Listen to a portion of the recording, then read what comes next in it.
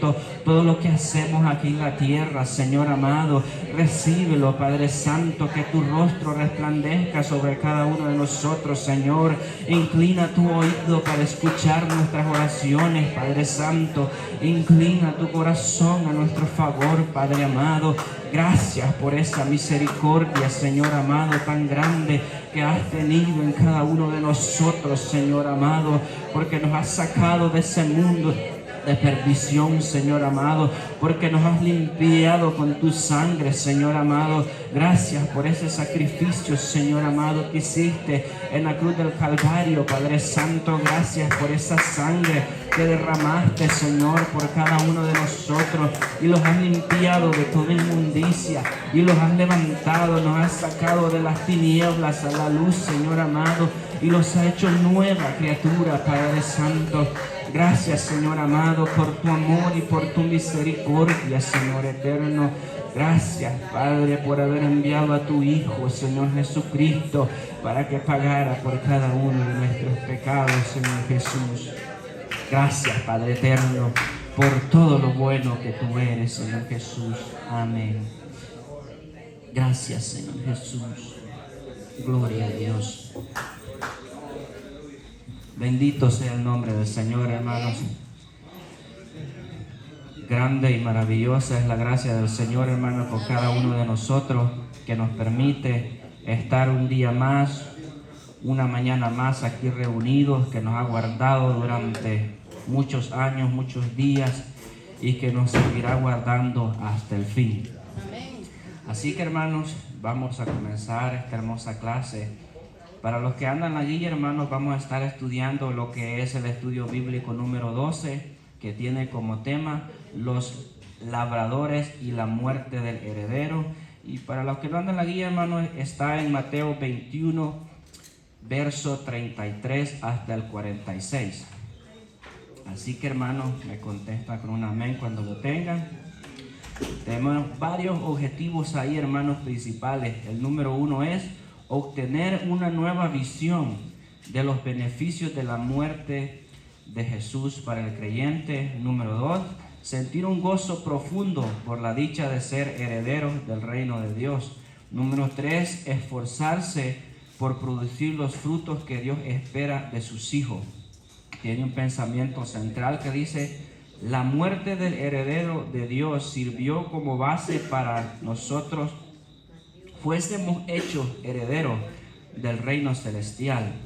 Un texto dice: el reino de Dios será dado a gente que produzca los frutos de él. Mateo 21, 43. Así que, hermano, no sé si algún hermano me quiere ayudar con la base bíblica de Mateo 21, 33 a 46. Gloria a Dios.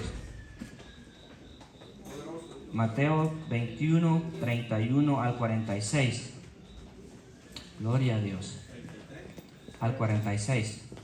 Oí otra parábola. Hubo un hombre, padre de familia, el cual plantó una viña. La viña la cercó de vallado, cavó en ella un lugar, edificó una torre y la arrendó a unos labradores y se fue lejos. Y cuando se acercó el tiempo de los frutos, envió sus siervos a los labradores para que recibiesen sus frutos. Mas los labradores, tomando a los siervos, uno golpearon a otro, mataron y a otro apedrearon. Envió de nuevo otros siervos, mas los primeros hicieron con ellos de la misma manera. Finalmente descendió su hijo diciendo: tendrán respeto a mi hijo. Mas los labradores, cuando vieron al hijo, dijeron entre sí: este es el heredero, venid, matemos y apoderémonos de su heredad. Tomándole, le echaron fuera de la viña y le mataron. Cuando venga pues el Señor de la viña, ¿qué hará aquellos labradores? Le hicieron de los malos, destruirá sin misericordia y arrendará su viña a otros labradores que le peguen su fruto paguen su fruto a su tiempo. Jesús les dijo, nunca leíste la piedra que echaron los secuestradores ha venido a ser cabeza del ángulo. El Señor ha hecho esto y es cosa maravillosa a nuestros ojos. Por tanto os digo que el reino de Dios será quitado de vosotros y será dado a gente que produzca los frutos de él. 44. Y el que cayere sobre esta piedra será quebrantado, y sobre quien ella cayere le desmenuzará. Y oyendo sus parábolas, los principales sacerdotes y los fariseos entendieron que hablaban de ellos. Pero al buscar como echarle mano, temían al pueblo, porque le temía por profeta. Gloria a Dios. Para entender, hermanos, de qué se refiere exactamente Jesús esta parábola, está hablando, ¿verdad?, exactamente del pueblo de Israel. Quiero leerles unos versículos de Isaías 5 que dice: ahora, esta, hermano, fue una profecía ya hecha, ¿verdad?, por Isaías, y Jesús se la estaba recitando ahí enfrente, ¿verdad?, de aquellos eruditos, de aquellos grandes hombres. Miren lo que dice Isaías 5. Ahora dice: cantaré por mi amado el cantar de mi amado a su viña. Tenía mi amado una viña en una ladera. Escúcheme los detalles. En una ladera fértil. La había cercado y despedregado y plantado de vides escogidas. Había edificado en medio de ella una torre y había hecho también en ella un lagar. Y esperaba que diese uvas, y dio uvas silvestres. Ahora pues, vecinos de Jerusalén y varones de Judá, juzgad ahora entre mí y mi viña. ¿Qué más se podía hacer a mi viña que yo no haya hecho en ella? ¿Cómo esperando yo que diese uvas ha dado uvas silvestres?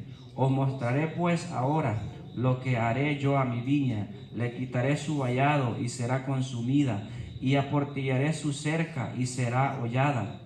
Haré que quede desierta, no será podada ni cavada, y crecerán el cardo y los espinos. Aún las nubes mandaré que no derramen lluvias sobre ella. Ciertamente la viña de Jehová de los ejércitos es la casa de Israel, y los hombres de Judá planta deliciosa suya. Esperaba juicio, y he aquí vileza, justicia, y he aquí clamor. Qué bonito, ¿verdad, hermanos? La palabra del Señor. Cuando Jesús le refirió a esta palabra, estaba hablando, hermanos, desde el principio. Sabemos que el pueblo del Señor, hermanos, había sido, el pueblo de Israel, esta nación, había sido una nación ejemplar. No solo, hermanos, Dios desde que levantó a Abraham lo sacó de una gente que era idólatra. Levantó a Abraham, levantó a Isaac, levantó a Jacob. De Jacob vinieron los 12 patriarcas. Después de que estos 12 patriarcas hubo una gran hambruna, llegaron a Egipto. Y después, hermanos, de que esta nación de Israel se había multiplicado en Egipto, Dios los llamó de ahí, los sacó, los guardó en el desierto por 40 años y les dio una ley, les dio un pacto nuevo en el monte Sinaí. Les dio las tablas de la ley, todas las reglas, los estatutos y preceptos que ellos debieran de seguir para ser una nación diferente y ejemplo a las demás naciones.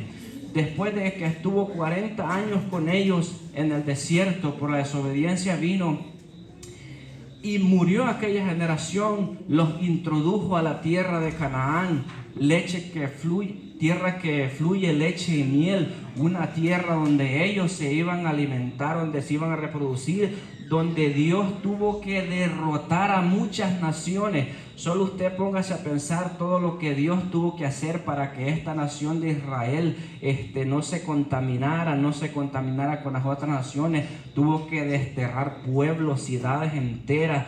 Hubieron guerras. ¿Y quién hizo esto? Cuando entró Josué a la tierra prometida, destruyó todas aquellas naciones. Después vino vinieron los jueces, vino David como rey que limpió todo aquello, porque Dios en sus ordenanzas les había dado que ellos no se podían contaminar con ninguna otra nación, de ninguna clase.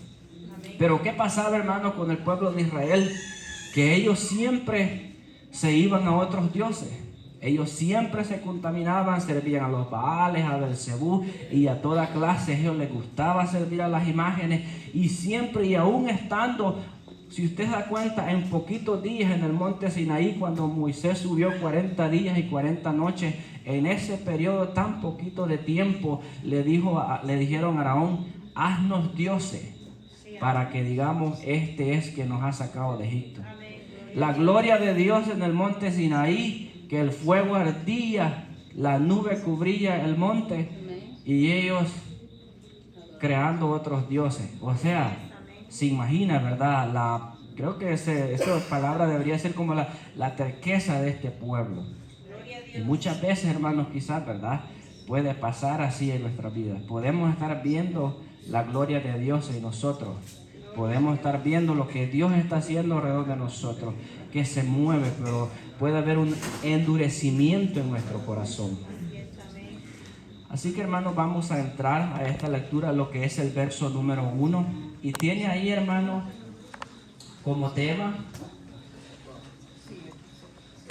la viña, los siervos y el hijo. Mateo 21, 33 a 39, literal. Dice: Israel, la viña que Dios plantó. Dice el verso 1: oí otra parábola. Hubo un hombre, padre de familia, el cual plantó una viña, la cercó de vallado, cavó en ella un lagar. Sabe, hermanos, que la viña, ¿verdad?, es un planto de uvas. Israel era ese planto de uvas que Dios había hecho. La había cercado, le había puesto un vallado, le había puesto cerca, y entre medio de ella dice que había puesto una torre. En una torre, hermano, el atalaya tenía, lo más importante de esa torre era el atalaya que estaba ahí encima para que vigilara. Entonces Dios, hermano, había levantado profetas, había levantado hombres para que edificaran a Israel. Pero cuando hablamos del atalaya, hermanos, dice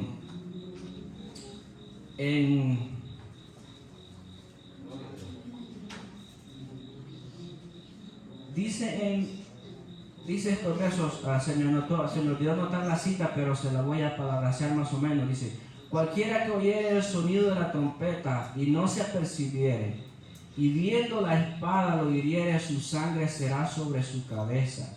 El sonido de la trompeta oyó y no se apercibió, su sangre será sobre él, mas el que se apercibiere librará su vida. Pero si el atalaya viere venir la espada y no tocare trompeta, y el pueblo no se apercibiere, y viniendo la espada hiriere de él alguno, este fue tomado por causa de su pecado, pero demandaré su sangre de mano del atalaya. Cuando Dios dice, hermano, que puso vallado, que puso atalaya, que puso una torre, que le puso atalaya, Dios puso, hermano, hombres que dirigieran a estos pueblos. Desde que comenzó, hermano, Israel a entrar a la tierra prometida, Dios le levantó al profeta Moisés para que dirigiera a este pueblo. Ellos no solo, hermano, Moisés era el atalaya, era el profeta que ellos tenían, pero vinieron ellos y rechazaron a Moisés. Vino Dios y le levantó jueces para que ellos fueran libres, porque esto era, hermano, ya una costumbre del pueblo de Israel, de que ellos se fueran tras otros dioses. Vino, les levantó al rey David, les levantó a Salomón, que Salomón, no hubo reino como Salomón, pero después de eso, hermano, vemos que ellos pues se torcían, siempre se iban tras otros dioses, tenían como eso ya impregnado en la sangre de que se iban contra Dios. Era algo, ¿verdad?, que como nosotros mismos, hermanos, pasa mucho en nuestra vida, ¿verdad? Tenemos, hermanos, al Dios vivo, y en nuestra dureza muchas veces en nuestro corazón, ¿verdad?, nos podemos rebelar contra Dios. Puede haber una rebelación contra Dios, ¿verdad?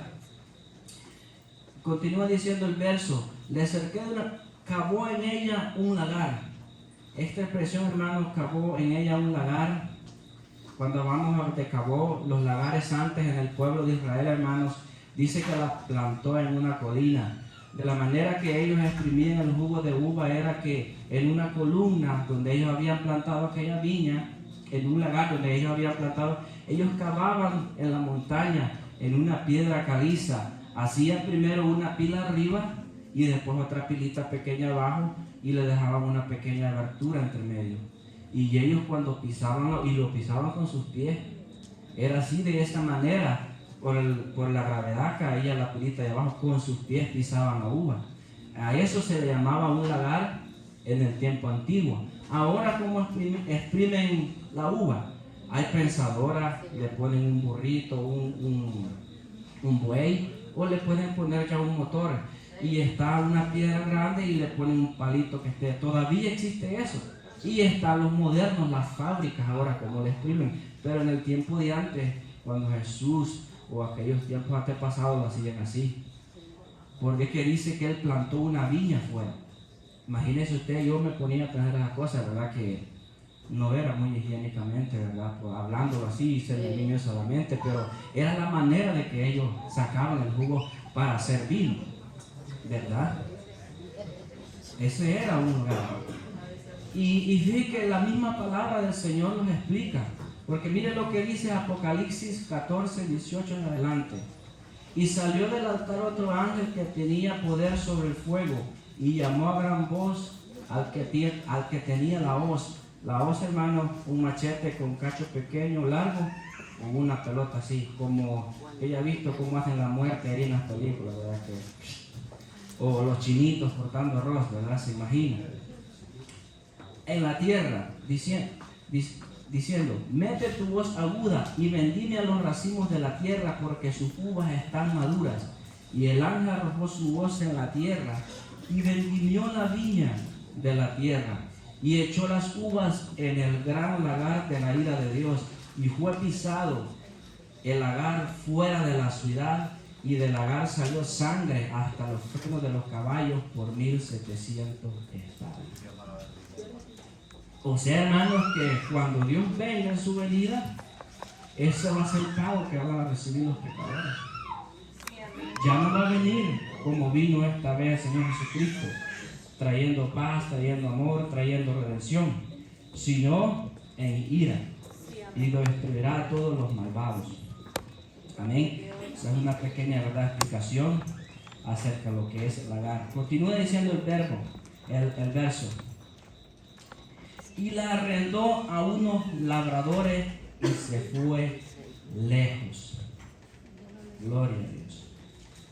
Los labradores, hermanos, eran aquellos gobernantes, reyes, sacerdotes del tiempo antiguo, y pudimos decir de ahora mismo. Hay una diferencia, hermanos, que el Señor muestra entre siervos y labradores. La palabra, hermanos, labradores, pues, es alguien, ¿verdad?, que trabaja la tierra, pero dice que Él la arrendó a estos labradores. ¿Qué entiende usted, hermano, si yo le pregunto por arrendar? ¿Qué es arrendar para usted? Rentar una tierra, que la... Sí. Alquilar. Alquilar, sí. Y usted espera, y como hacían antes, era que Jesús esperaba fruto, iba a ser pagado con los mismos frutos que ellos sacaran de aquella tierra, ¿verdad?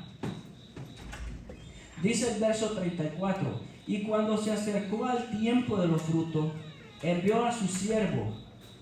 La palabra siervo, hermano, Moisés la explicaba. ¿Qué significa la palabra siervo? La palabra siervo, hermano, es un esclavo prácticamente del Señor. Cuando nosotros, hermanos, nos llaman siervos, como decía Pablo, que nosotros somos esclavos de Jesucristo. Un siervo, en una definición sencilla, pues es aquella persona que está dispuesta a hacer lo que Dios pida. Amén. Cuando Él lo pida, donde Él lo pida, no importa lo que Él pida. Así debería ser un siervo, porque es un esclavo del Señor Jesucristo. Y eso es lo que Dios nos manda hacer a nosotros así, a ser obedientes en todo. Se da cuenta, ¿verdad?, la diferencia a lo que nosotros muchas veces entendemos por ser siervo, porque yo pensé que siervo pues podía ser una persona humilde, trabajadora, apartado para el Señor. Pero el siervo, hermano, es alguien esclavo que está sometido totalmente a la voluntad del Señor. Amén. Amén. Ese es el siervo. Y dice el verso, continúa diciendo: y cuando se acercó el tiempo de los frutos, envió su siervo a los labradores para que recibiesen fruto. Dice el verso 35. Mas los labradores, tomando a los siervos, a unos golpearon, a otros mataron y a otros apedrearon. ¿Quiénes eran estos siervos que eran matados y eran apedreados? Todos aquellos profetas que Dios había levantado en el Antiguo Testamento, desde que levantó a Moisés, y podemos decir que el último fue Juan el Bautista antes de que el Señor Jesucristo fuera muerto. Juan el Bautista, sabemos cuál fue la muerte de él. Pilato lo decapitó por decirle la verdad. Todos aquellos grandes hombres, hermanos, que mataban a los profetas por decirle la verdad, unos eran apedreados, otros eran encarcelados. ¿Por qué? Porque, no, claro, no les gustaba que les decían. Esos eran los siervos. Y ahora nosotros podemos decir, hermanos, que nosotros somos los siervos. Probablemente nosotros, muchos tienen testimonios que van a seremos vituperiados, apedreados, maltratados, insultados. Amén. Por predicar la palabra del Señor. Sí, porque somos siervos del Señor Jesucristo. Amén. Miren lo que dice la Crónica 24:19. No obstante, Él les envió profetas para hacerlos volver al Señor. Y aunque estos dieron testimonio contra ellos, ellos no escucharon. Entonces el Espíritu de Dios vino sobre Zacarías, hijo del sacerdote Joaida, y él se puso en pie en un lugar más alto que el pueblo y les dijo: así ha dicho Dios, ¿por qué quebrantáis los mandamientos del Señor y no prosperáis? Por haber abandonado al Señor, Él también nos ha abandonado, mas ellos conspiraron contra Él y por orden de el rey lo mataron. Lo mataron a pedradas en el atrio de la casa del Señor. No se acordó el rey Joás de la bondad de Joaida, padre de Zacarías, le había mostrado, sino que asesinó a su hijo, y este al morir dijo: lo que ve el Señor, tome venganza. Usted se acuerda, hermanos, cuando el rey Josías tenía el profeta Eliseo. El profeta Eliseo era el atalaya en ese entonces, cuando estaban en guerra con el rey de Aram, parece que dice. Pero un siervo de él le dijo: lo que pasa, le dijo, que ellos tienen al profeta Eliseo con ellos y les dice todo lo que tú hablas en la alcoba. O sea, tenían esa atalaya, tenían ese muro, tenían esa torre. Por eso que Dios, hermano, en la palabra dice que ellos, pues, Dios a este pueblo de Israel no solo lo guardaba, lo había cercado, le había puesto atalayas, le había puesto torres y lo tenía, hermano. ¿Qué más, dice la palabra del Señor, había podido hacer por ellos? Ahora la pregunta es: ¿qué más, hermano, puede hacer Dios por nosotros? Para guardarnos, para cuidarnos. Nos ha dejado el Espíritu Santo. Tenemos ángeles que nos guardan. Tenemos la palabra del Señor. Tenemos palabra todos los días. Tenemos la sabiduría, la mente de Cristo. ¿Qué más puede hacer Dios para nosotros para guardarnos? Hay de aquel, ¿verdad?, dice la palabra del Señor, que descuide esta gran salvación. Porque ahora, hermano, ese sacrificio que hizo el Señor Jesucristo en nuestra vida, ahí está, para vida eterna. En cambio, hermano, aquel pacto que había hecho con David, que hizo con Moisés en el monte Sinaí, que los iba a introducir a la tierra de Canaán, era un pacto terrenal. Les dio leyes solo para que se gobernaran dentro de esa tierra. Pero ahora el pacto nuevo que Jesucristo hizo ahí en la Santa Cena del Señor era para vida eterna. Donde Él entregaba su sangre, su carne, para que nosotros fuésemos redimidos, ¿verdad?, por esa muerte preciosa del Señor Jesucristo. Vamos a entrar, hermano, lo que es el verso. En el literal C, el Hijo de Dios fue crucificado. Vamos a leer lo que es el verso 37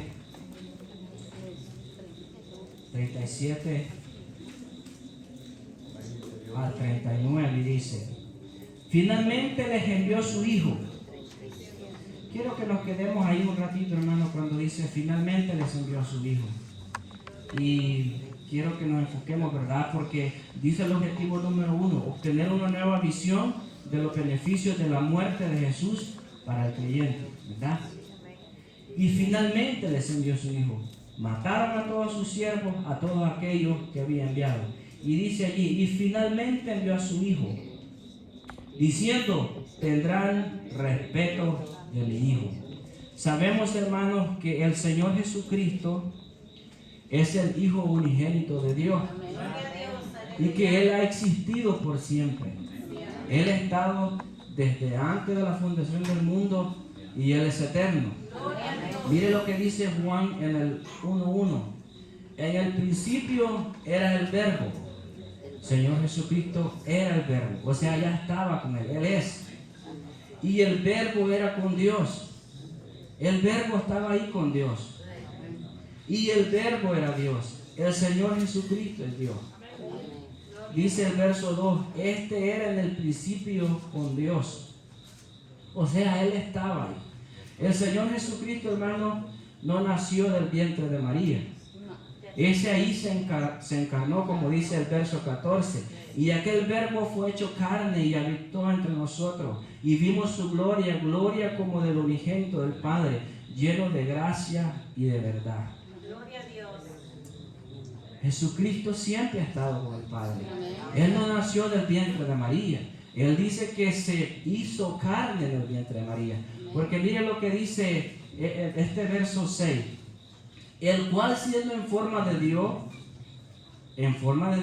no estimó el ser igual a Dios. O sea que Él es Dios.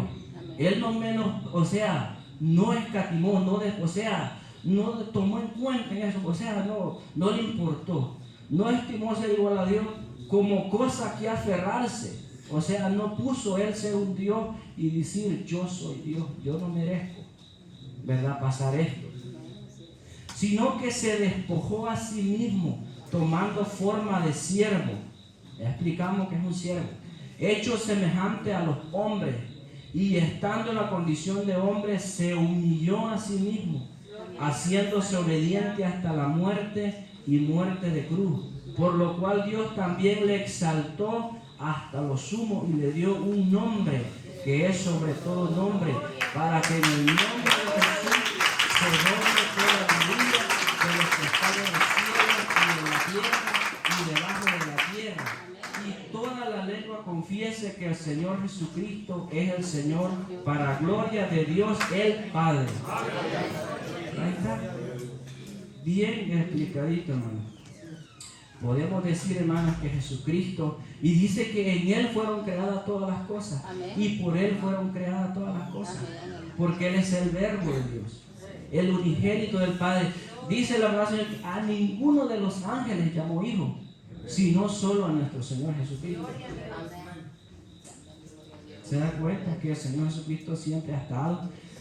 En Moisés declara cuando estaba en el monte Sinaí, dice que él vio al Señor Jesucristo, vio su día y se regocijó. Eso fue lo que vio Moisés ahí. Si algún hermano tiene ese verso donde dice que lo que Moisés vio que estaba en el Nuevo Testamento, yo lo busqué, no lo hallé, pero dice, ahí explica exactamente lo que Moisés estaba viendo, la gloria de Dios que vio ahí en el monte Sinaí. Terrible las cosas que Moisés veía. Porque este verso que yo les explico de verla está en Juan 8:56, donde dice, vuestro padre Abraham se regocijó esperando ver que mi día, y lo vio. Este es de Abraham, pero yo estoy hablando de Moisés. Moisés vio algo diferente. Yo no sé, hermano José, ¿sabe ese versículo?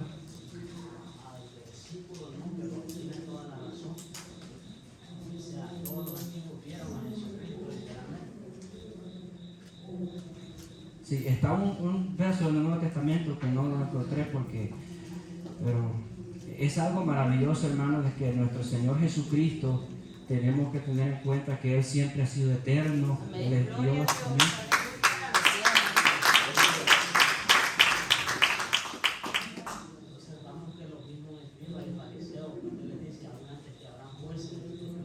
Sí, así. 50. No tenés 50 años. Mi hermano, que yo siempre me he puesto a pensar esto, que Jesús siempre habló de una manera sencilla y clara. Dios no nos ha dejado en su palabra en confusión. Y siempre habla del Padre superior a Él. Claro que el Padre es superior al Hijo. Habla que Él está a la diestra del Padre. Y también dice que mi Padre y yo uno somos. ¿Cómo es eso que el Padre y Él uno son? Esto está hablando, hermano, en esencia, en calidad, en poder, porque ellos son Dios. No dice las Escrituras, dice Moisés, vosotros dioses sois. Los fariseos odiaban a Jesús porque les decía, ¿cómo tú te haces el Hijo de Dios? Esa era, hermano, por la razón que ellos más le querían matar, porque lo llamaban que era un blasfemo por hacerse Hijo de Dios. Esa era una de las razones. Claro que Jesús tenía que morir. Pero y es que eso ella, porque ellos, verdad, no querían. Amén. Gloria a Dios. Gloria a Dios. Vamos a continuar. Dice, finalmente le envió a su hijo diciendo, tendrán respeto de mi hijo. Mas los labradores, cuando vieron al hijo, dijeron entre sí. Miren el plan que dijeron estos hombres. Este es el heredero. Venid, matémoslo y apoderémoslo de su niño. Jesús, hermano, les estaba ahí hablando enfrente de ellos que esa profecía, como esta plática con estos, fue 2 días antes del día de Pascua, del día viernes. Jesús, hermano, yo ando en la cronología aquí pero por tiempo no lo voy a decir, desde que Jesús entró a Jerusalén, día domingo, lunes, martes, miércoles, todo lo que pasó. Este día fue como el día, 2 días antes de que el Señor Jesucristo fue crucificado, que ellos estaban hablando. Y le estaba diciendo todas estas parábolas, porque son varias, prácticamente ahí están todas las parábolas reunidas que el Señor Jesucristo les hablaba a ellos. Esa profecía, esta parábola que el Señor Jesucristo les estaba diciendo a ellos, se iba a cumplir o se estaba cumpliendo ahí exactamente en ese mismo lugar. Que Él era el Mesías, Él era el Hijo que el Padre había mandado para reclamar los frutos de aquella viña. Pero cuando el Hijo vino, estos malvados, ¿quiénes eran esos malvados? Los mismos sacerdotes, gobernadores que estaban dirigiendo aquella nación de Israel. Y no halló frutos buenos, sino halló frutos malos. ¿Por qué? Porque ellos, hermanos, había traído aquí un verso y mire lo que dice el verso. ¿Por qué Dios castigará a la humanidad? Dice Isaías 5:24, por tanto, como la leña del fuego consume al rastrojo y la llama devora la paja, así será su raíz como pudredumbre y su flor se desvanecerá como polvo. Cuando el Señor pise el lagar, hermano, de su ira, estas naciones van a ser desmenuzadas como polvo. Porque desecharon la ley de Jehová de los ejércitos y abominaron la palabra del Santo de Israel. Por esta causa se encendió el furor de Jehová contra su pueblo y extendió contra él su mano y le hirió y se estremecieron los montes y sus cadáveres fueron arrojados de en medio de las calles. Con todo esto no ha cesado su furor, sino que todavía su mano está extendida. Una de las cosas, hermanos, por la que Dios castiga al ser humano es porque lo han abandonado, porque han olvidado su palabra, porque era la costumbre del pueblo de Israel darle la espalda a adorar a otros dioses. Esa es una de las razones más grandes. O sea, hermano, el darle la espalda a Dios, hay que, como dicen, pensarlo 2 veces también. O sea que no está fácil. Es de pensarlo, hermano. Por eso que bien dice la palabra del Señor que no hay que ver para atrás y ver nuestro lado, ¿verdad? Sino siempre para adelante, que sea con dificultades. Y yo sé, hermano, que los caminos del Señor no es fácil, porque cuando yo me convertí al Señor, yo pensé que ya ahí había alcanzado la gloria, ya no me va a pasar nada más. Pero es cuando comenzaron las luchas, ¿eh? Comienza una lucha terrible en nuestro caminar día con día. Sí, pareciera, ¿no, hermano? Esto, como dice, es que se tiene que cumplir la palabra del Señor, dice que el cielo sufre violencia y solo los valientes lo arreglarán. O sea que, hermano, si usted está aquí hoy, es porque es valiente, es porque se ha esforzado, es porque está peleando esa batalla día con día. No es fácil. Hay un enemigo, Satanás, que Jehová lo reprenda, que quiere su alma, que lo quiere llevar para el infierno, que lo quiere destruir. Es así, siempre sencillamente, la verdad. Gloria a Dios. Así que, hermanos, nos quedó claro el Señor Jesucristo, que Él es el unigénito del Padre y que Él ha existido siempre por la eternidad y que Él es Dios semejante al Padre. Amén. Sí, nos quedó claro, ¿verdad? Amén, gloria a Dios. Miren lo que dice Salmos 2:2. Se levantarán los reyes de la tierra y los gobernantes traman unidos contra el Señor y contra su ungido, diciendo: rompamos sus cadenas y echemos de nosotros sus ligaduras. Ahí se estaba, eso es lo que escribió el salmista, se estaba cumpliendo exactamente enfrente de Jesús con los fariseos y los sacerdotes ahí. Ahí se estaba cumpliendo, donde dice, ellos estaban todos reunidos, siempre andaban en ganas de armar un complot para poder deshacerse del Señor Jesucristo, para matarle. ¿Verdad? Ellos, ahí se estaba cumpliendo. Gloria a Dios. Vamos a entrar, hermano, a lo que es lo que es el punto número 2. Nueva administración de la viña. Mateo del 21, del 40 al 43.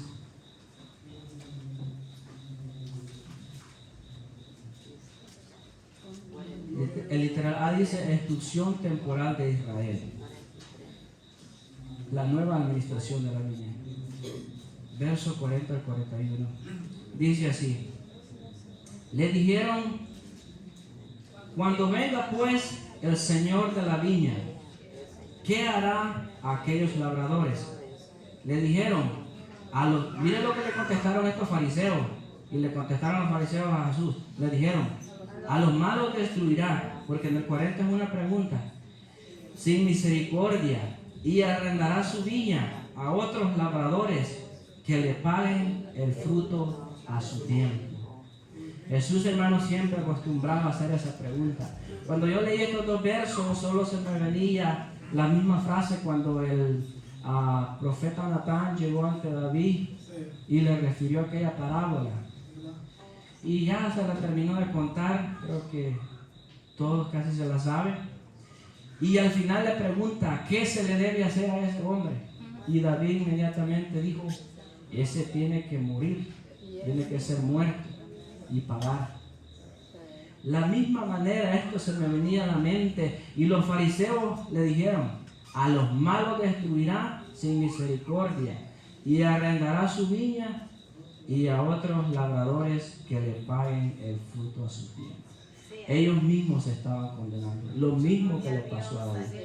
Estos fariseos, hermanos, claro, al final entendieron que se refería a ellos, pero ellos mismos se estaban condenando porque ellos, ¿verdad? Dije, porque ellos eran esos labradores malos, porque Dios esperaba que ellos dieran frutos dignos de arrepentimiento.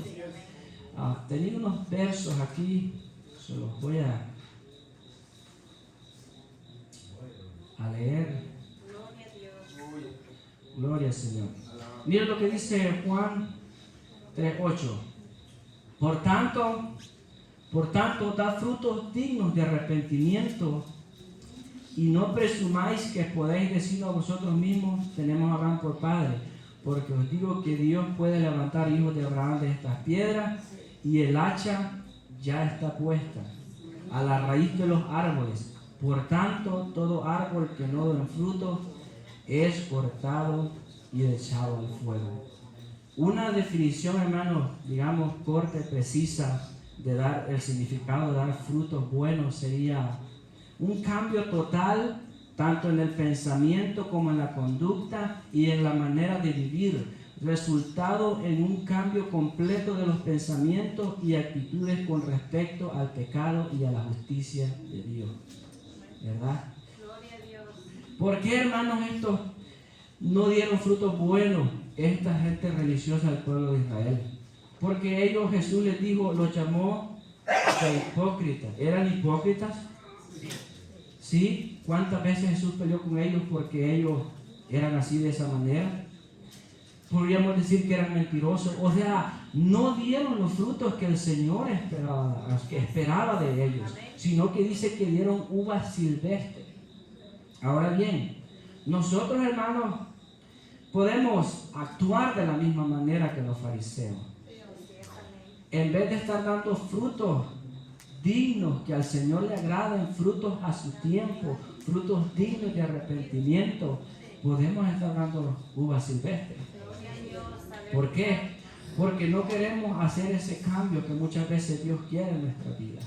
Nos gusta estar, como dicen, a media, un pie en el mundo y otro pie dentro de la iglesia, ¿verdad? Unos verdaderos frutos que le agraden al Señor.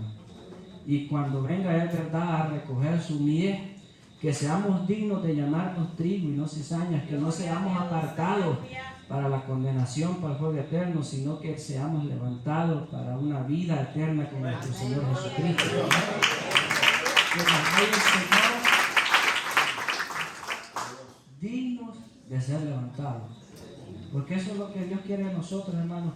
Esos son los frutos, frutos dignos de arrepentimiento. Y si los vamos a los frutos más del Espíritu Santo, ahí podríamos sacar una lista grandote que podemos hacer. Gloria a Dios. Pero no hay tiempo para eso, ¿verdad? Esos frutos verdaderos de un creyente nacido de nuevo, perdonador, amador y todo lo que está dentro ahí de esos frutos, ¿verdad?, de cada uno de nosotros. Amén.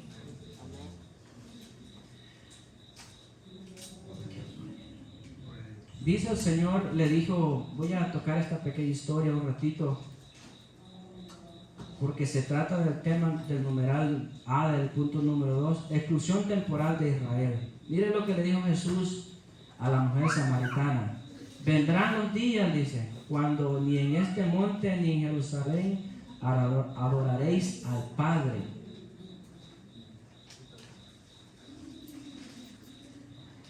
Entonces, hermano, cuando Jesús vino, hermano, aquí les dijo, el reino será quitado de vosotros, les dijo a los fariseos. ¿Fue exactamente o no fue así exactamente? Ellos, hermanos, dice que ellos recibieron un espíritu de estupor, que viendo no vean y escuchando no escuchen. Ellos fueron, dice, si usted lee el libro de Romanos, Pablo explica exactamente cómo está el asunto. Que ellos fueron endurecidos de su corazón, porque a causa de la transgresión de ellos, vinimos nosotros y hemos sido injertados, ¿verdad?, a la misma raíz, a la misma planta. O sea que, hermano, este pequeño punto que dice que exclusión temporal de Israel es ¿para qué? Para que el pueblo gentil nosotros tuviéramos también la oportunidad de ser salvos. Porque Cristo, hermano, cuando vino a morir, no vino solo a morir usted por sí. Dice que a los suyos vino, pero a los suyos no recibieron. Pero no fue eso sobre la cabeza. Nosotros tenemos que Él vino a morir por toda la humanidad. Y todo que en Él crea, ¿verdad?, será salvo. Pero ese es el plan de Dios, hermano. Ese es el plan de Dios y Él lo quiso hacer así. ¿Verdad? Que dice que por causa de la transgresión de ellos, nosotros entramos a formar parte de esa raíz. Y ahora que todos nosotros dice que somos hechos hijos de Dios, no de sangre ni de carne, sino por el Espíritu, ¿verdad? Venimos a ser coherederos con nuestro Señor Jesucristo. Amén. Dice el verso 41. Le dijeron a los malos, destruirá sin misericordia y arrendará su viña a otros labradores. ¿Quiénes son los otros labradores ahora, hermano? Somos nosotros. Desde que comenzó Jesucristo a levantar, Él fue el primero, la piedra del ángulo, y vamos a ver más adelante, comenzó a dar a otros labradores que dieran fruto a su tiempo. O sea, hermano, que Jesús de cada uno de nosotros espera frutos buenos. Ya no espera frutos malos como lo que aquellos religiosos del Antiguo Testamento le dieron. Ahora espera Él una viña que dé frutos para vida eterna. O sea, que estemos dando frutos todo el tiempo, pues. Y buenos y dignos. Amén. Ahí es donde cuesta resistir, porque como hay dos planes de labradores, están los labradores buenos y los labradores malos, los que representan a los fariseos y todos los escribas, fariseos y toda esa clase de gente. Entonces, en la actualidad ahora, cuando nosotros vamos dando frutos, a veces queremos sentirlos en ese mismo nivel, pero en realidad ahí es donde no sabemos discernir entre la guerra espiritual y la guerra física, porque a veces en medio de ese nivel es donde realmente es necesario soportar, cuánto podemos decir, al pulgón, a las cucarachas, a todo aquel animal que va a atacarlo en el momento que da el fruto, porque si no le van a dañar el fruto que usted está dando. Y entonces hay el peligro, porque por ejemplo usted es un buen predicador, vengo yo como pulgón y trato la manera de destruirlo, pero me lavo las manos como esa gente y lo acusaban delante de los más grandes que estaban. Y entonces a veces allí donde no dejamos nosotros que el fruto vaya creciendo en medio de todos nosotros, en medio del pueblo y así. ¿Por qué? Porque realmente es cierto, el Espíritu de Dios está con nosotros, ayudándonos para resistir, pero hay otro, como digo, está esa situación de donde nosotros tenemos que tener la sabiduría de Dios y pedirle a Dios, pues para poder que esos frutos que están en nosotros puedan resistir, porque Jesús, cuando comenzó a dar frutos, vamos a predicar la palabra en la sinagoga, a sanar a los enfermos, a toda esa clase de gente, comenzaron contra él a atacarlo. Mientras nosotros no damos fruto, nosotros podemos estar en el pueblo, pero no sentimos cosquillas de nada. Lo tremendo es cuando usted ve un malacate, como dicen los hondureños, que viene encima de usted, pero usted comienza a reprenderlo con la palabra y todo eso. Y ahí es donde comienza a tambalear aquella situación y aquella guerra. ¿Ah? Mire, cuando se hicieron 3 ayunos. Eso, pero nadie espera el ataque que viene. Lo gozamos y lloramos y lo tremendo cuando viene aquella crítica, aquella murmura y todo eso. Uno corre y hasta nosotros los envuelven a veces con las mismas críticas, porque trae allá y trae allá. Entonces, y nosotros le hacemos caso a uno, caso al otro lo reprendemos y así estamos. Pero no, en realidad no hacemos lo que tenemos que hacer. Pararnos como Jesús se paró. Jesús se paró y le hizo frente a la situación. Entonces, eso nos falta a todos nosotros, que hagamos frente y reconozcamos que hay una guerra espiritual. Hay que ser sabio, hermano. También el Señor, ¿verdad?, le dijo otra parábola acerca de la cizaña y el trigo, ¿verdad? A nosotros no nos corresponde, hermano. Sí, hay que exhortar, corregir, aconsejar, pero, ¿verdad?, no podemos hacer las acciones que va a hacer el Señor Jesucristo a su tiempo. Dejar que la cizaña y el trigo, dice, crezca juntos, que llegará el día donde Él llegue a cosechar, la cizaña será echada al fuego y el trigo, ¿verdad?, recogido. Así será. A nosotros pues realmente no nos conviene jugar, sí, hay que ser listos, ¿eh? Dice, hay que ser sabios para poder actuar, hermanos, porque los podemos meter en problemas, ¿verdad? Así hay que ser muy sabios en las cosas y evitarlo, ¿verdad?, de hablar cosas que no debemos hablar, ¿verdad? Amén, porque nos podemos condenar a nosotros mismos, ¿verdad? Amén. Hay que ser, ¿verdad?, dejar que crezca juntos, y al final pues Dios pasará el hoz y cortará y apartará, ¿verdad? Así es que vamos a entrar, hermano, lo que es el verso 42, que él tiene como tema ahí el literal B, Cristo la piedra angular. Miren lo que dice el verso 42-43. Jesús les dijo, ¿nunca leísteis en las Escrituras? La piedra que desecharon los edificadores ha venido a ser la cabeza del ángulo. el Señor ha hecho esto y es cosa maravillosa a vuestros ojos, le dice. Por tanto os digo que el reino de Dios será quitado de vosotros y serán dados a gente que produzca los frutos de él. Quiero explicar un poquito acerca, hermano, lo que es la piedra del ángulo. La piedra del ángulo, hermanos, Jesús dice que vino a ser la piedra del ángulo. La piedra del ángulo, hay ángulos de 90, de 45, 180. No dice triángulo, dice ángulo. Es la base fundamental, digamos, una persona que ponga bloques, siempre pone un bloque aquí en esta orilla.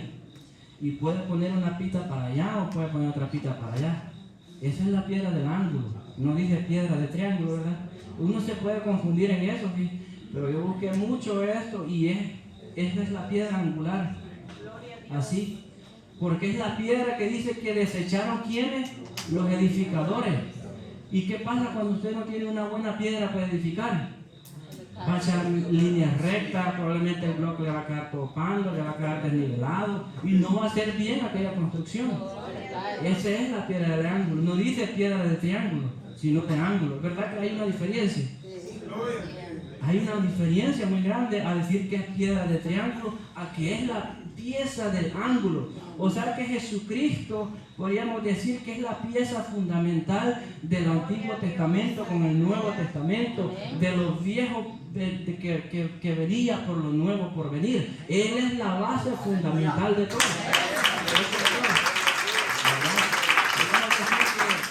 De Él dependen todas las cosas. Miren lo que dice Salmos 108, 22. La piedra que desecharon los edificadores ha venido a ser cabeza del ángulo. Señor ha hecho esto y es cosa maravillosa a vuestro ojo. Otro salmo que se estaba cumpliendo ahí enfrente de ellos, de estos fariseos. Jesús, hermano, siempre le recitaba la palabra al Señor para que se dieran cuenta de que Él era el verdadero Hijo de Dios, que Él era el Mesías, que Él era el que habría de venir. Jesús no les hablaba así con sus propias palabras porque Él les recitaba la palabra del Señor para darlas a entender. ¿Verdad? Miren lo que dice Romanos 9:13. Como está escrito, he aquí en Sión piedra de tropiezo y roca de caída, y el que creyere en Él no será avergonzado. Corintios 3:9 dice Pablo, porque nosotros somos colaboradores de Dios y vosotros sois labranza de Dios, edificio de Dios. Los hermanos, vean que nosotros ya estamos sobre ese fundamento que es nuestro Señor Cristo Jesús, pero que Él es la piedra del ángulo de donde todos dependemos, de donde todos salimos ahí, ¿verdad? Él es la base fundamental, el que nos alinea, así siempre, o sea, la guianza de nosotros mismos. Amén. Miren lo que dice 1 de Pedro 2:6. La piedra viva tiene como tema ahí. Por lo cual dice también, contiene la escritura aquí, pongo en Sión la principal piedra del ángulo, escogida, preciosa, y el que creyere en Él no será avergonzado. Para nosotros pues, lo que creéis, Él es precioso, pero para los que no creen, la piedra de los edificadores desecharon ha venido a ser la cabeza del ángulo.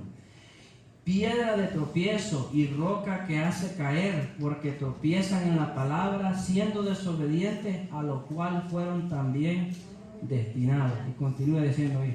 O sea que Jesús, hermano, bien clarito como dice la palabra del Señor, todo aquel que no creyera en Él, ya es condenado. Simple y sencillamente así. Amén.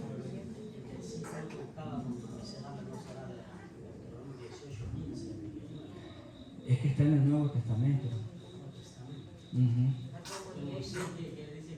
Dice que el Señor vio millares de ángeles y a Dios Padre y al Señor Jesucristo. Hebreo. Bueno, por ahí estamos. Amén. Gloria a Dios. Y fíjate, una vez, hermano, esto Dios me lo dio el Señor a mí y yo le pregunto, ¿por qué Dios dio 2 tablas de piedra al pueblo de Israel?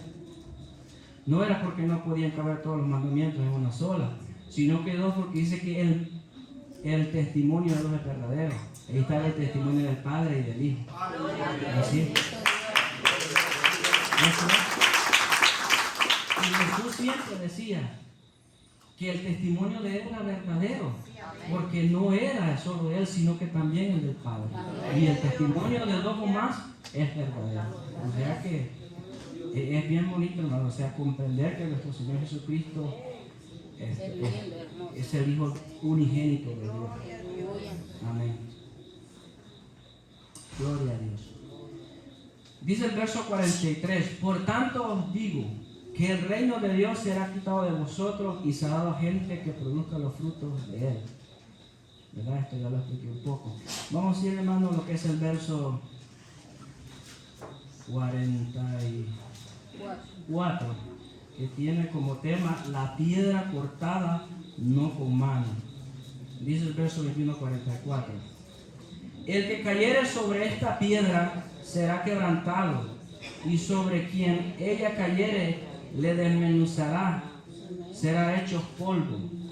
Y esto, hermano, vamos a ir a unos versos a Daniel donde habla de la profecía de la estatua de Nabucodonosor, ¿verdad? Donde dice en Daniel 2:34, dice, donde Daniel, porque el rey Nabucodonosor había olvidado su sueño, pero Daniel le dice el sueño y se lo interpreta. Dice, estaba mirando el rey, le dice, hasta que una piedra fue cortada, no con mano, y hirió a la imagen en sus pies de hierro y de barro cocido, y los desmenuzó. Entonces fueron desmenuzados también el hierro, el barro cocido, el bronce, la plata y el oro, y fueron como tamo de eras del verano, y se los llevó el viento, sin que ellos quedara rostro alguno. Mas la piedra que hirió la imagen fue hecha un gran monte que llenó toda la tierra. Y le dice, y en los días de estos reyes, le dijo Daniel la interpretación, el Dios de los cielos le levantará un reino que no será jamás destruido, ni será el reino dejado a otro pueblo. Desmenuzará y consumirá todos estos reinos, pero él permanecerá para siempre, de manera que viste del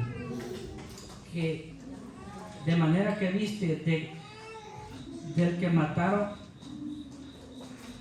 de manera que viste que del mataron a pedradas en el, no, este es otro, no. De manera de que viste del monte fue cortada una piedra, no con mano, la cual desmenuzó el hierro, el bronce, el barro, la plata y el oro. El gran Dios ha mostrado al rey lo que ha de acontecer en lo porvenir, y el sueño es verdadero y fiel su interpretación.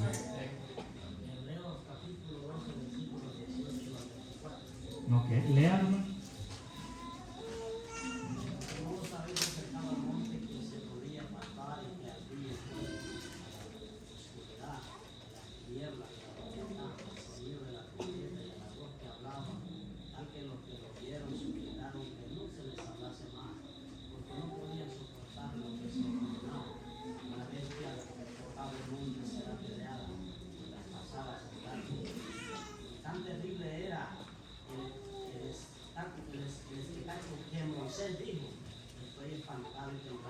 Sino que os habéis acercado al monte de Sión, a la ciudad de Dios vivo, de Jerusalén, celestial, a la asamblea festiva de millares de ángeles, a la congregación de los primogénitos que están inscritos en los cielos, a Dios el juez de todos, a los espíritus de los justos hechos perfectos, a Jesucristo, el mediador del nuevo pacto, y a la sangre rociada que habla de gloria.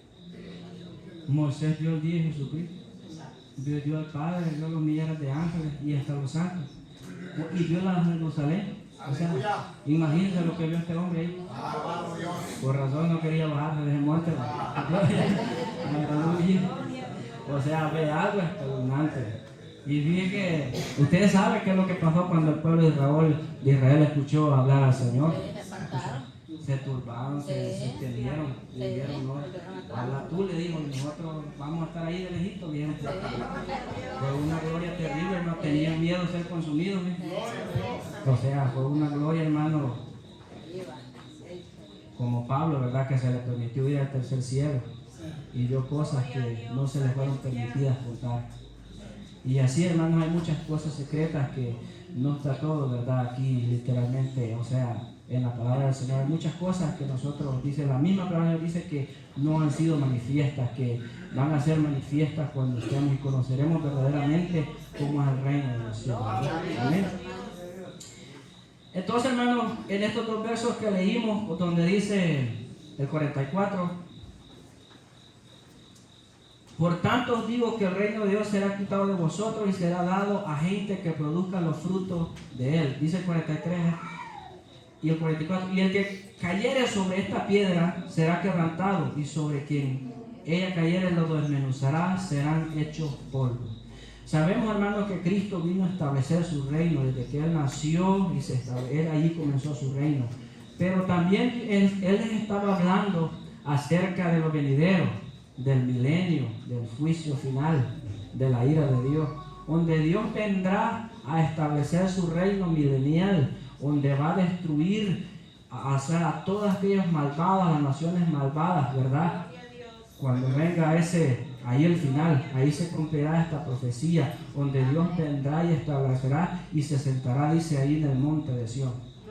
Ahí se cumplirá esta profecía, donde Dios ya viene a gobernar a todas las naciones, a destruir a los malvados, y entraremos en lo que es el milenio, ¿verdad? Ahí se cumplirá esta profecía.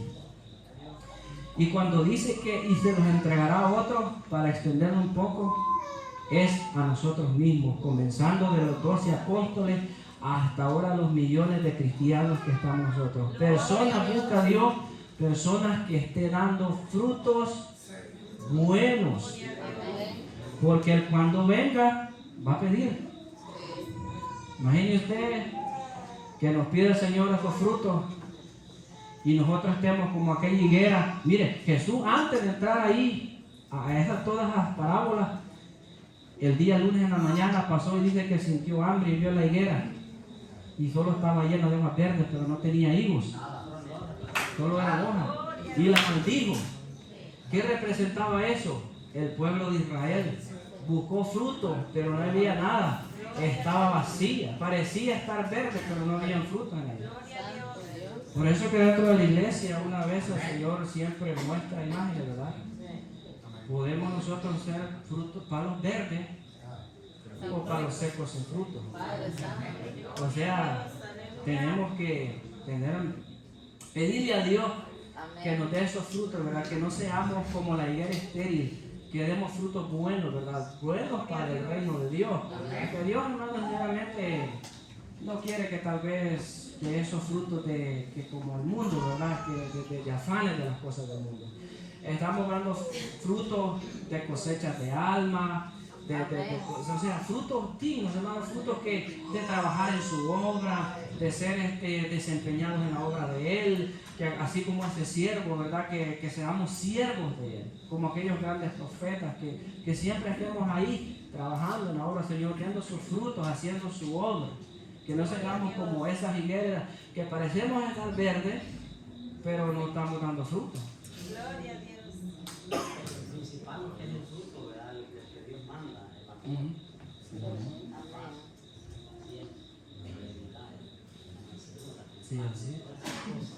Por sus frutos. O sea, es decir, si somos cristianos, somos bandidos y andamos enterrados con el toque que vamos a hacer. Aleluya. Usted sabe que el amor es el que toma los frutos. Y así sucesivamente, y sin paz, y sin santidad, ¿de querer? Gloria a Dios. Amén, hermanos. Y ya para terminar vamos a ver lo que es el verso 45 y 46, donde dice: al escuchar los principales sacerdotes y los fariseos sus palabras, comprendieron que se referían a ellos y buscaban la manera de echarle mano, pero tuvieron temor de la multitud porque lo consideraban profeta. Amén. Sabemos, hermanos, que al Señor Jesús, pues muchos todavía tenían dudas verdaderamente de quién era. Algunos decían que era profeta y lo llamaron de muchas maneras. Pero estos fariseos, hermanos, a pesar de que ella ve que era la oposición que el Señor Jesucristo tenía, ellos llegaron a comprender, ellos entendieron, en que algunos fueron finalmente sus ojos y sus oídos fueron nublados, pero todo La palabra dice ahí exactamente que muchos creyeron en él, que él era el unigénito Hijo de Dios. Pero que también tenía que cumplirse la escritura, que una parte tenía que ser endurecida para que causa la tradición de ellos nosotros fuéramos esclavos, ¿verdad? Eso le hizo que se enamoraron ellos de la Biblia. que la querían entregar a la entraron en celos, en envidia, y por esa causa dijeron, no, hay que matar a este, porque se va a quitar todo. Esa es la causa, hermano. Es que ellos, hermanos, sí, eso está clarito, ¿verdad? Que se habían enamorado es que estaban, pues sí, ahí sentados, estaban puestos, ellos estaban como quien dice, la tenían hecha, ¿verdad? No querían dejar el poder, no querían aceptar otro rey, o sea, era algo, hermano, y es que estaba así, profetizado así, que así tenía que ser, que era necesario que uno muriera por el pueblo y no todo el pueblo de Israel, porque en ese entonces, hermano, sabemos que este pueblo de Israel estaba bajo el gobierno romano, y yo tenía un miedo que aquella gente se le viniera encima, ¿verdad? Otra de las causas, de muchas causas que nosotros podemos tocar acerca de por qué estos hombres no querían aceptar al Señor Jesucristo, muchas, pero la causa principal, hermano, es que sabemos que el Señor, que a Él nadie le quitó la vida, sino que Él mismo. Y ahí, si usted ve, dice que no le pudieron echar mano, en muchas ocasiones quisieron aprenderlo, pero no, porque no había llegado su hora. Qué casualidad, no es casualidad, que exactamente después de la Santa Cena del Señor, fue Judas y lo aprendieron a amanecer viernes. Después se presentó ante Anás, ante Caifás, después ante el Sanedrín, después ante Pilato, después ante Herodes, después de Herodes lo mandó otra vez a Pilato, llegó el viernes, día de su crucifixión, y fue enterrado ese día, el mismo viernes, antes de que se llegara, ¿verdad?, el día sábado, que es el que ellos guardan, que es, amén. Por eso pasó por todas las hermanas, al cordero tenían que observarle que no tuviera ninguna, ¿verdad?, un defecto. Eran varios manos pasadas, por eso pasó por las manos de Cristo. Y entonces no hemos hallado nada, no, le va a hacer lo que él, no hemos hallado. Y se cumplía ahí el salmo que leíamos, ¿verdad? Que dice que se reunieron todos los... Ya se me olvidó. Sí, se reunieron y formaron, ¿verdad? Así que, hermanos, para el resumen final, ¿verdad?, que hemos aprendido que Jesús no es un ángel creado como enseñan algunos. Él no se hizo hijo al ser enviado a este mundo. Cristo fue enviado porque la eternidad ha sido y será el unigénito Hijo de Dios, y por medio, ¿verdad?, y por medio de Él hemos sido salvos. O sea, así lo hemos aprendido, ¿verdad? El Señor siempre está ahí, siempre nos guarda, siempre está con nosotros. Incluso ahora que Él se ha revelado, ¿verdad?, que vino, murió con nosotros, aún lo conocemos más, se dio a revelar, porque los fariseos le preguntaban, muéstranos al Padre. ¿Y cómo conocer al Padre si aún no me conoces a mí, que me tenés aquí enfrente y he andado con ustedes? O sea, ¿cómo le pedían algo más? O sea, y a veces nos pasa así, hermano, a veces mediante nosotros no vayamos creciendo en el conocimiento del Señor, Dios no nos puede revelar más cosas porque nos vamos a confundir, ¿sí? Pero a medida nosotros nos vamos metiendo y estudiando, Dios nos va revelando cosas poquito a poco. Así que, hermano, vamos a venir en palabras de oración para recoger su ofrenda y que sea Dios, ¿verdad?, obrando en cada uno de nosotros. Gracias te damos, Padre eterno, por todo lo bueno y maravilloso que tú eres, Padre Santo, por esta enseñanza, Señor Jesús, por lo que hemos aprendido, Padre Señor amado, por lo que tú nos has enseñado, Señor, cada día, por esas palabras hermosas que tú tienes de consuelo para cada uno de nosotros cada día, por esa alianza, Señor, por eso, Señor amado, que tú nos demuestras, Padre Santo, por ese amor eterno que nos has tenido por siempre, Padre eterno, que todo sea para la gloria y la honra tuya, Padre Santo. Gracias te damos, Señor Jesús. Amén. Así que, hermanos, se me había olvidado, hermanos, hermano Salvador me trajo una nota aquí y se me fue por alto. Pero tenemos amigos, hermanos, tenemos a Noé Villalobos, Gloria tenemos a a Dios. Melvin Pérez, Cristian Gabriel, Mario Hernández y el hermano Carlito, ¿verdad? Ahí están los amigos entre nosotros, hermanos. Se me había olvidado, pero que sean bienvenidos y que se gocen, ¿verdad? También, Amén. y que hoy en este día puedan llevarse a Cristo en su corazón. Así que, hermanos, vamos a dejar a una hermana que nos cante los coros para recoger una ofrenda. Vamos a dejar a la hermana, ¿cómo que llama la hermana? Sí, Rosa, hermana Rosa. Gloria a Dios. Gloria a Dios.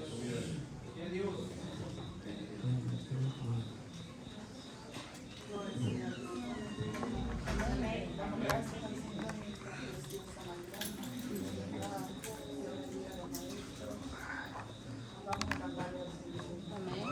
Aleluya.